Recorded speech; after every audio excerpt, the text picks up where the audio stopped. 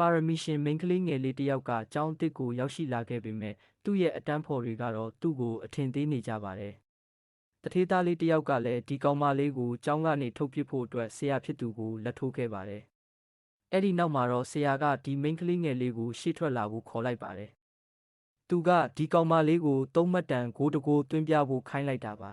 ။တကယ်လို့သူသာဂိုးသွင်းနိုင်ရင်ကျောင်းမှာဆက်နေခွင့်ရမှာဖြစ်ပါတယ်။မိန်းကလေးငယ်လေးကတော့ဒီစိန်ခေါ်မှုကအယမ်းလွယ်လုံးတယ်လို့ပြန်ပြောလိုက်ပါတယ်။ဆရာကတော့သူဟာကိုယုံကြည်မှုလွန်ကဲနေတယ်လို့ထင်သွားပြီးဘတ်စကတ်ဘောကိုရှိသမျှအားကုန်သုံးပြီးပစ်ပေါက်လိုက်ပါတယ်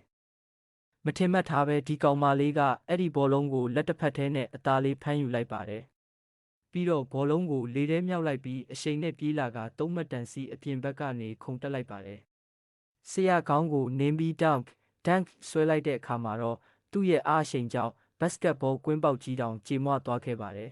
။သူ့ရဲ့ဒီလုပ်ရက်ကြောင့်အတန်းဖော်တွေအားလုံးပါဇက်အဟောင်းသားနဲ့အံ့ဩသွားကြပါတယ်။မိန်းကလေးငယ်လေးကသူစာမွေးပွဲအောင်ပြီလားလို့ဆရာကိုမေးလိုက်ပေမဲ့ဆရာကတော့dunk ဆွဲတာကိုအမှတ်မပေးနိုင်ဘူးလို့ညင်းလိုက်ပါတယ်။အဲ့ဒီနောက်မှာတော့သူ့ကိုဆက်ပြီးစမ်းသပ်ဖို့အတွက်ဘောလုံးတစ်လုံးထုတ်လိုက်ပြန်ပါတယ်။တကယ်လို့သူသာဂိုးမသွင်းနိုင်ရင်ရှုံးပြီလို့ဆရာကပြောလိုက်ပါတယ်။